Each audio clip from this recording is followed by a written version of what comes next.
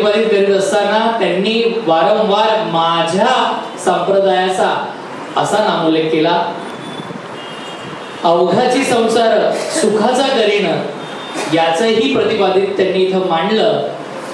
शब्द जरी त्यांचे कंपन पावत होते तरी विचारांमध्ये धारदारपणा होता आणि त्याच धारदारपणासाठी आपण एकदा जोरदार टाळ्यांनी बाबांचे आभार व्यक्त करूया.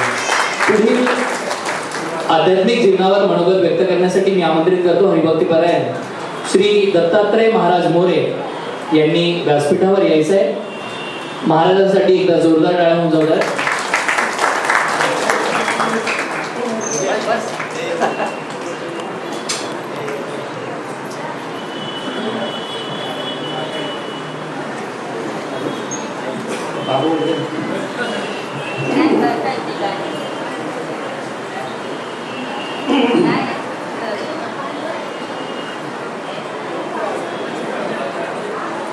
रामकृष्ण हरी.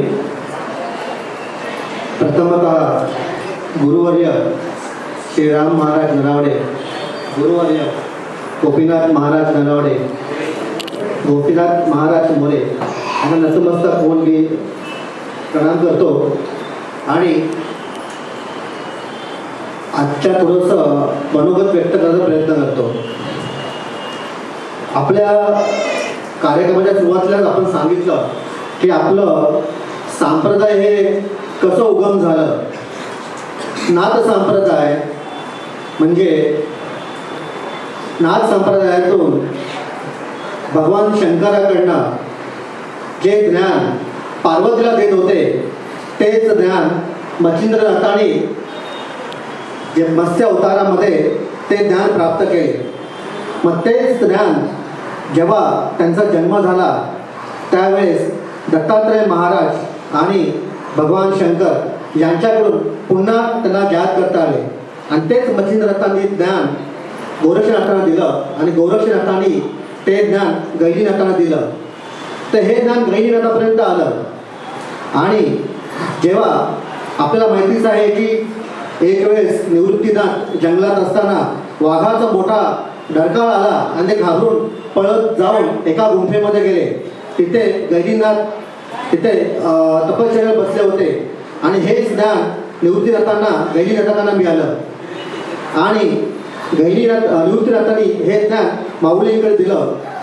आता हे ज्ञान जे माऊलींकडे आलं वारकरी संप्रदायातून, आपल्या संप्रदायामध्ये गुरुवर्य वैकुंठवासी आपले शिंदे महाराज त्यांनी हे ज्ञान पुढे चालू ठेवलं आणि त्यांनी ते ज्ञान पुढे यशवंत महाराज जलावडे यांच्याकडे आणि त्यांच्याकडून घोडेकर महाराज, विठ्ठलनाथ महाराज आणि आता सध्याच्या ह्याच्यामध्ये आपले गुरुवर्य श्रीराम महाराज जलावडे आणि गुरुवर्य गोपीनाथ महाराज मोरे यांच्या कृपा आशीर्वादाने आपण हे चालू ठेवत आहोत. आता तुम्ही म्हणाले तेव्हा काय ज्ञान आहे, भगवंतांनी काय केलंय नक्की. जेव्हा आपण संप्रदायामध्ये आलो म्हणतात ना, एंट्री केली, तर आपल्याला पहिला प्रश्न असतो, तू कुठून आला. बरोबर ना. कुठून आलो आपण. जेव्हा आपण मृत्यू पावतो आणि जेव्हा पुनर्जन्म घेतो आणि मातेच्या कुशीमध्ये असतो तेव्हा आपल्याला ते ज्ञान असतं, पण आपण काही कारणास्तव ते ज्ञान विसरलेलं असतो. पण ते ज्ञान काय आहे हो. मग ते ज्ञान आपल्यापर्यंत व्हावं म्हणून ही नाथ परंपरा सुरू झाली आणि ते ज्ञान आपल्यापर्यंत आले.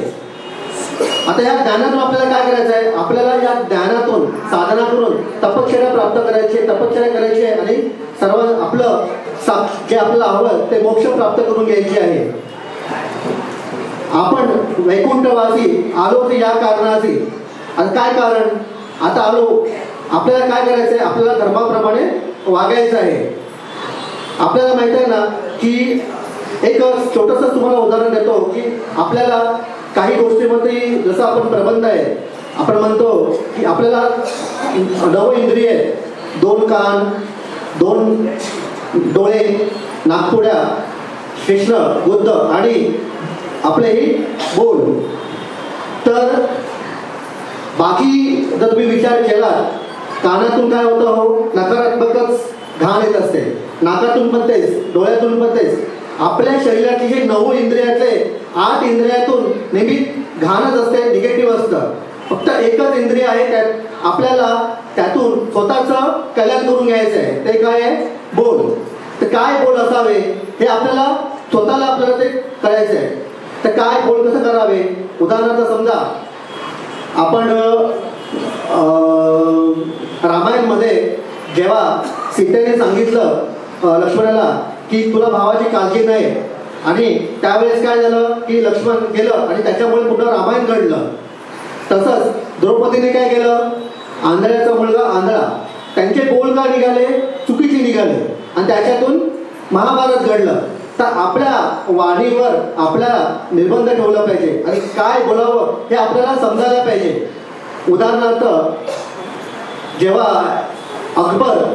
अकबरांचा एक आवडता पोपट तो मृत्यू पावला, पण अकबराने सांगितलं होतं की जो कोणी सांगेल मला की माझा पोपट हा मृत्यू पावलाय तर त्याला मी ठार करेन. मग बिरबलाने काय घेतलं?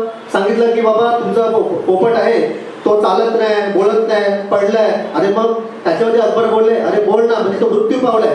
पण आपल्याला हा जो आहे ना, आपल्या वेगळ्या मार्गाने ते पटवलेला आहे. आपल्या वाणीवर आपल्याला निर्बंध ठेवायचे आणि आपलं जे मूल आपल्या संप्रदायातून आपल्याला जे ज्ञान प्राप्त आहे त्या ज्ञानाचे आपल्याला सर्वांपर्यंत आपल्याला त्याचा विस्तार करायचा आहे. आपल्या सगळ्यांना माहिती आहे की आपला संप्रदाय आपला मी म्हणतोय हा सगळ्यांचा संप्रदाय आहे. आता आपल्याबरोबर अवधी महाराज आहेत, तेही आपल्याबरोबर आहेत. पूर्ण वारकरी संप्रदाय हा फक्त आपला नाही आहे, हा सगळ्यांचाच आहे. सगळ्यांना इथे यावं आणि ज्ञान प्राप्त करून कल्याण करून घ्यावं असं म्हटलं जातं.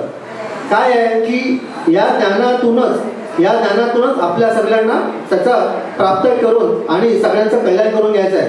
जोपर्यंत आपली वाणी शुद्ध, तर त्या वाणीतूनच आपल्याला स्वतःचं आणि सगळ्यांचं कल्याण करून घ्यायचं आहे. आपल्या संप्रदायातून जे आपल्याला मार्गदर्शन मिळालं आहे, जी साधना मिळाली आहे, ती साधनेचा प्रत्येकाने खरं म्हटलं तर आतापर्यंत आपली हे जे संप्रदाय आहे हे फक्त आपण म्हणतो की मुंबईपर्यंत नाही आहे. मुंबईनंतर कोकणात गेली आहे, कणकवलीपर्यंत गेली आहे, सातारा गेलेली आहे, दापोली पूर्ण केलेलं आहे, आणि कणकवलीपर्यंत म्हणजे भरपूर ठिकाणी त्याचा संप्रदायाचा विस्तार होत आहे. आपण एक निमित्त आहोत की नाथ संप्रदायातून वारकरी संप्रदायाला आपल्याला जोडून आपण आपला विस्तार करत आहोत. पण एक कोणामुळे शक्य होत आहे? आपले जे पूर्वज, आपले हे जे गुरुवर्य सद्गुरू आहेत, त्यांच्या कृपा आशीर्वादाशिवाय हे होणं शक्य आहे. पण त्यांचा आशीर्वाद आपल्या पाठीशी आहे आणि त्यांच्या कृपेनेच आपण हे सगळं करत आहोत. आता तुम्हाला जे ज्ञान प्राप्त, आता इथे प्रत्येक जण आहे, लहान बाळ आहे, मोठी मुलं आहेत, त्यांना आपलं हे जे सांप्रदायिक ज्ञान प्राप्त झालेलं आहे. पण काय असावं? त्या जे आपल्याला ज्ञान मिळालं आहे, ज्या मातेच्या कुशीत आपण ज्ञान प्राप्त केलं होतं, जन्म होताच आपण काय म्हणालो की कवा मी विसरलो, मी काही भगवंताला म्हटलं की मी तुला काही आश्वासन दिलं नव्हतं. पण ते आश्वासन आपल्याला आपल्या गुरूंतर्फेच आपल्याला मिळालं आहे. फक्त त्या नामावर, फक्त त्या साधनेवर आपल्याला काय पाहिजे? आपला विश्वास पाहिजे. विश्वास असेल तर आपल्याला जे पाहिजे ते मिळणार. काय आहे की जोपर्यंत आत्मविश्वास वाढत नाही तोपर्यंत काही मिळत नाही. अशा प्रकारे माझ्या आजच्या या मनोगतातून एक छोटंसं मला सांगू इच्छित होतं की बोलावर नियंत्रण ठेवावं आणि स्वतःचं कल्याण करून घ्यावं, एवढंच. कारण आता आपल्याकडे मनोगत व्यक्त करण्यासाठी आपल्याकडे वेळ पण खूप कमी आहे आणि खूप माऊली रांगेत आहेत. तिथे थोडंसं हे बोलून मी नमस्कार करतो. कुंडलिक विठ्ठल श्री ज्ञानदेव तुकाराम पंढरीनाथ भगवान की जय. माऊली ज्ञानेश्वर महाराज की जय. जगद्गुरु तुकाराम महाराज की जय. ऐसियांचा बदल धरा, देणे देव येईल घरा, या उक्तीप्रमाणे दत्तात्रय महाराज मोरे यांनी सर्वांनाच आपलंसं करून घेतलं.